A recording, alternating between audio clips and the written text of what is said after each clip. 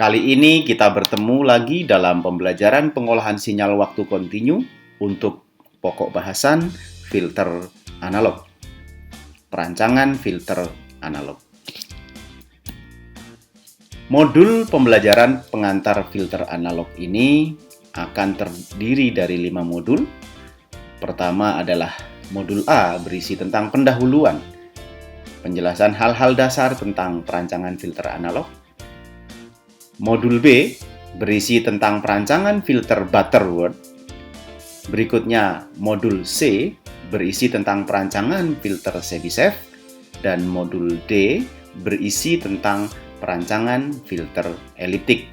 Dan akan diakhiri dengan modul E, yaitu analisis untuk filter analog. Kali ini kita akan masuk ke modul yang pertama, yaitu modul A, pendahuluan. Kita awali dengan memahami beberapa istilah yang menjadi kunci dalam pembelajaran kita ini. Pertama adalah filter. Filter, apakah itu? Adalah suatu alat yang memiliki fungsi untuk melewatkan frekuensi tertentu. Sementara filter analog adalah filter yang melewatkan atau memproses sinyal analog dan prosesnya pun bekerja secara analog. Jadi jelas ya, filter bekerja berdasarkan fungsi dari frekuensi yang dilewatkan. Nah, ada banyak contoh filter analog yang diterapkan dalam sistem komunikasi. Misalnya, untuk filter sinyal audio, untuk up-down converter, filter RF, filter SSB, juga untuk merancang duplexer. Berdasarkan daerah frekuensi yang dilewatkan, maka kita bisa kategorikan beberapa filter, utamanya ada 4 filter. Pertama adalah low pass filter, yaitu filter yang melewatkan frekuensi rendah sekaligus mereject frekuensi tengah dan frekuensi tinggi. Tipe yang kedua kita sebut dengan high pass filter, yaitu filter yang hanya melewatkan frekuensi tinggi, sekaligus dia akan menahan, mereject frekuensi rendah dan frekuensi tengah. Tipe yang ketiga kita bisa kenal sebagai band pass filter, yaitu filter yang melewatkan frekuensi tengah saja. Dan yang keempat adalah band rejection filter. Ini merupakan filter yang hanya melewatkan daerah frekuensi rendah dan frekuensi tinggi, sekaligus dia menahan frekuensi tengah. Namun di antara 4 utama ini, dalam kasus-kasus tertentu, kadang dibutuhkan rancangan filter yang bekerja untuk karakteristik yang berbeda. Sebagai contoh misalnya adalah all pass filter. All pass filter.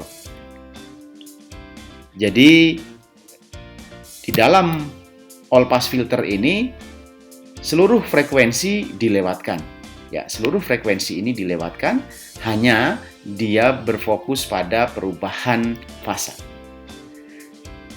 Demikian juga dalam keperluan yang lain, kadang dibutuhkan perancangan filter yang sangat sempit area kerja frekuensinya, itu disebut sebagai notch filter. Notch filter ini biasanya digunakan di area misalnya adalah biomedis. Kita lanjutkan. Berdasarkan sifat dari penguatannya, filter dapat dikategorikan menjadi 2, yaitu filter aktif ya, dan filter pasif. Mari kita lihat karakteristiknya. Pertama, sifat dari filter aktif ini adalah menguatkan. Artinya, gainnya lebih besar daripada 1. Sementara untuk filter pasif bersifat tidak menguatkan atau gainnya kurang dari 1. Sementara penyusun dari filter aktif, dia terdiri dari penguat, amplifier, kapasitor, dan resistor. Dan untuk filter pasif, dia tersusun dari induktor, kapasitor, dan resistor. Nah, kelebihan dan kekurangan dari dua filter ini, aktif dan pasif ini adalah sebagai berikut. Kelebihan dari filter aktif, perancangannya fleksibel. Ukurannya bisa kecil dan relatif murah. Tapi kekurangannya adalah dia membutuhkan catu daya eksternal. Karena aktif, frekuensi kerjanya tidak terlalu tinggi. Hanya sampai beberapa megahertz. Sementara untuk filter pasif, kelebihannya dapat digunakan untuk frekuensi tinggi, tapi juga memiliki kekurangan di mana dimensinya selalu lebih besar daripada filter aktif.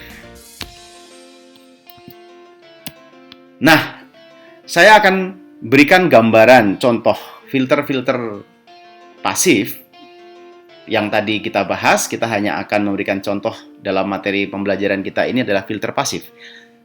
Orde 1 yang dibangun dari rangkaian sederhana RC dan RL, resistor kapasitor dan resistor induktor. Anda bisa mengamati di masing-masing cabang fungsi transfer yang ada di sini akan berbeda-beda, dan ternyata kalau itu nanti kita plot sesuai dengan penjelasan yang tadi kita bahas di depan, bentuk daerah kerja frekuensinya, maka kita bisa menemukan bentuk-bentuk rangkaian ini berfungsi sebagai high pass filter ketika kita ambil misalkan beban ini sebagai R, ini high pass filter di sini. Dia juga bisa sebagai fungsi transfer low pass filter kalau kita ambil cabang yang ini. Demikian juga rangkaian ini. Ini bisa berfungsi sebagai low pass filter, dia juga berfungsi sebagai high pass filter. Supaya kita punya gambaran bahwa akhirnya rangkaian perancangan filter analog itu diwujudkan dalam bentuk rangkaian RL atau RC atau RLC untuk orde yang lebih tinggi sebagai berikut contohnya. Ini adalah contoh rangkaian RLC, ada resistor, ada induktor, ada kapasitor yang juga masing-masing impedansnya totalnya bisa kita evaluasi, lalu masing-masing fungsi transfernya bisa membentuk band pass filter, low pass filter, high pass filter, dan band rejection filter. Ini adalah gambaran contoh implementasi sebuah filter sederhana, orde 1, dan ini adalah orde 2.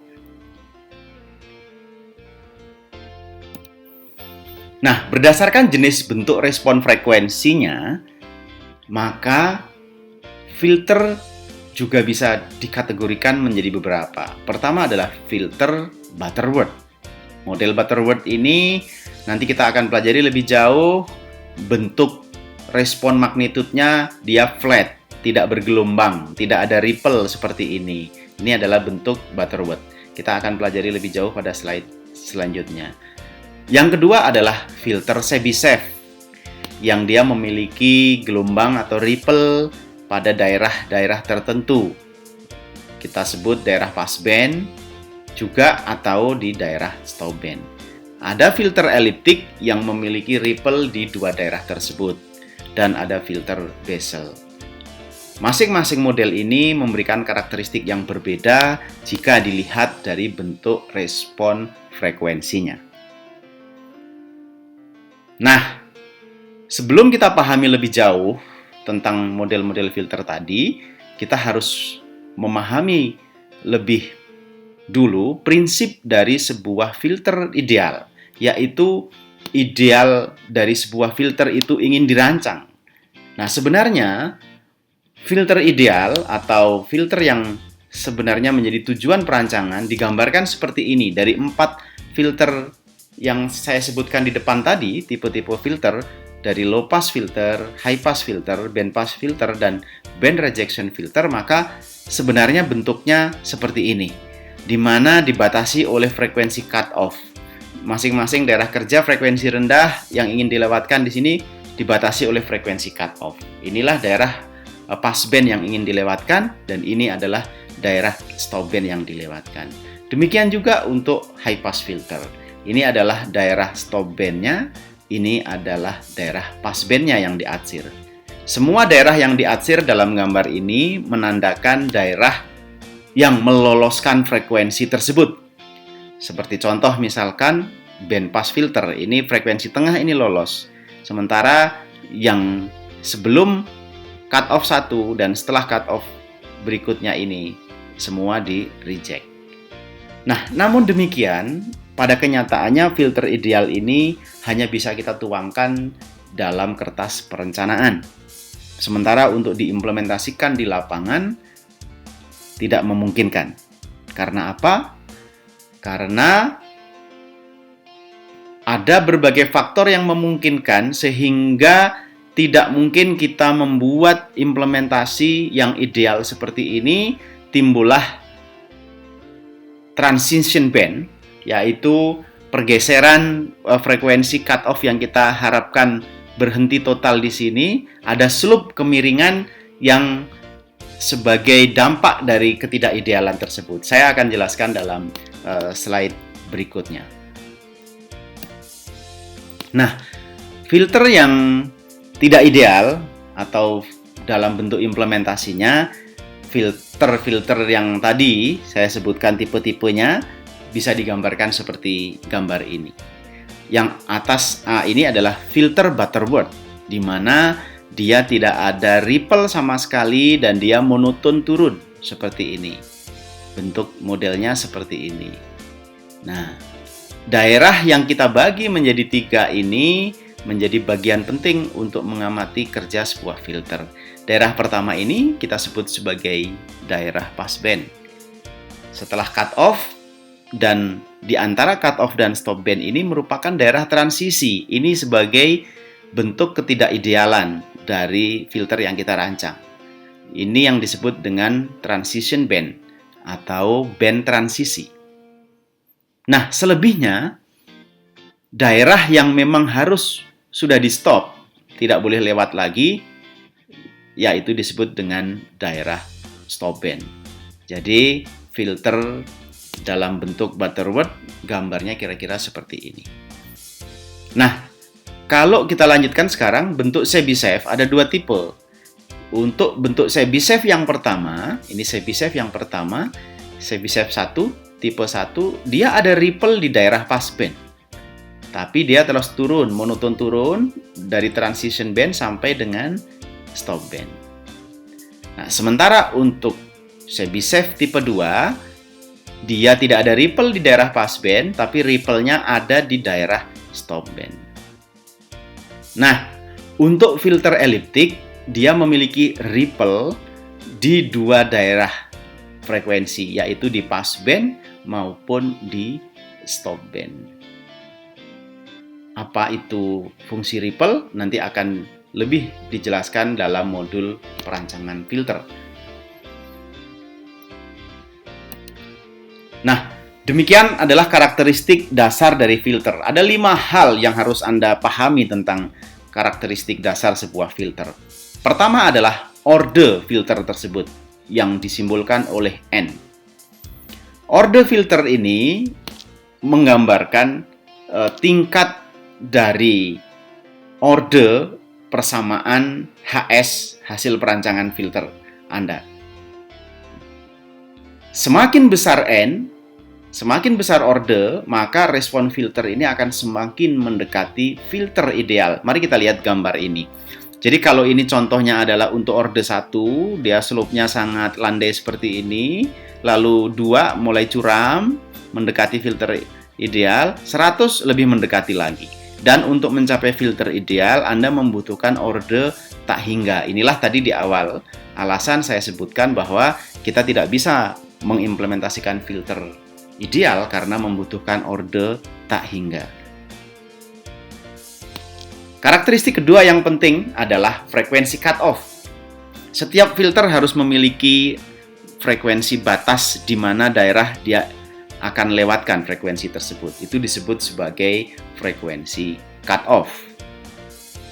Low pass filter dan high pass filter memiliki satu frekuensi cut off. Sementara band pass filter dan band rejection filter dia akan memiliki 2 frekuensi cut off. Karakteristik ketiga yang penting adalah gain atau penguatan.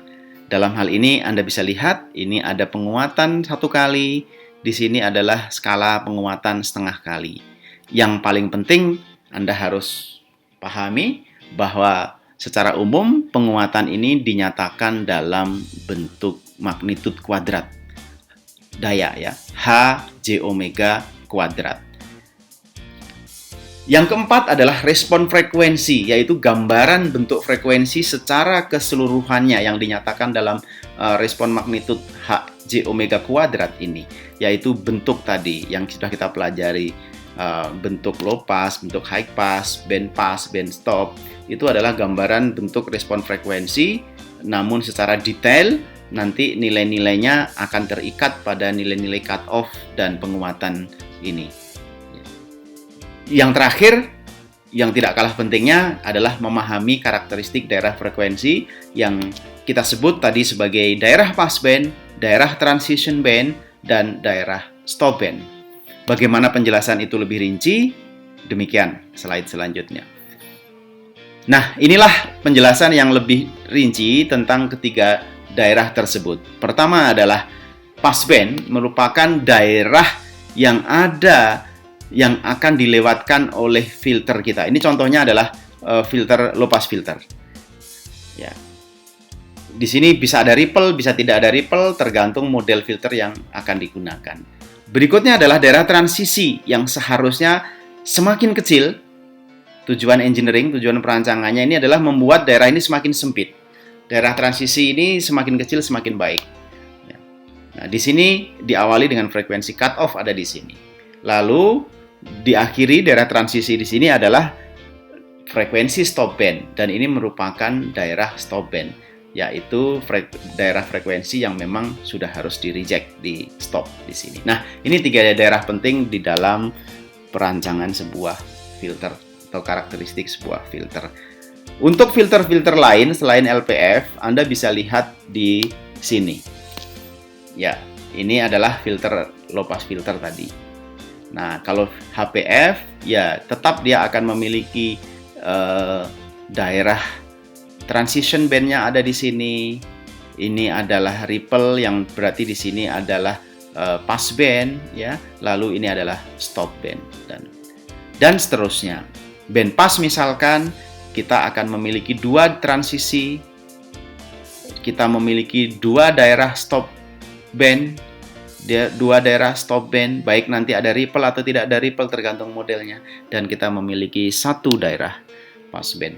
Demikian juga untuk band rejection filter, ya, ada dua transisi, ada dua pass band di sini, dan ada satu stop band yang memang di reject di tengah. Demikian untuk memahami karakteristik tentang band pass band, transition band, dan stop band.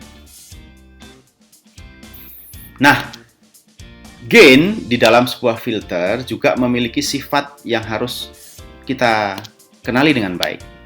Pertama, penguatan dalam filter dinyatakan dalam desibel. Ya, jadi penguatan sekian kali biasanya dinyatakan dengan desibel, 10 logaritmik dari Hj omega kuadrat.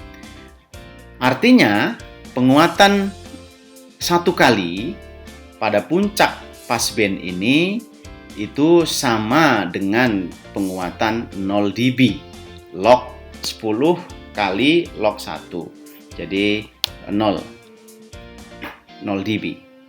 Demikian sehingga penguatan yang bersifat negatif ke bawah karena sesuai dengan perhitungan ini. Anda bisa hitung secara mandiri. Nah, yang paling penting di sini kita bisa perhatikan grafik ini.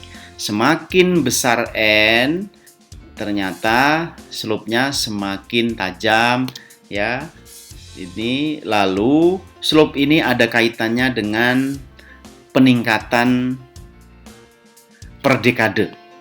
Jadi kalau N1 orde 1, slope-nya titik di sini tercapai untuk min 20 dB per dekade, ya. Lalu untuk semakin meningkat N, dia semakin tajam, maka slope-nya juga akan ikut lebih tajam, peningkatannya menjadi min 40 dB per dekade kelipatannya, ya, dan seterusnya ini min 60 dB per dekade. dekade. Baik, ini adalah akhir dari slide kita untuk bahasan ini. Anda kerjakan ini secara mandiri. Terima kasih.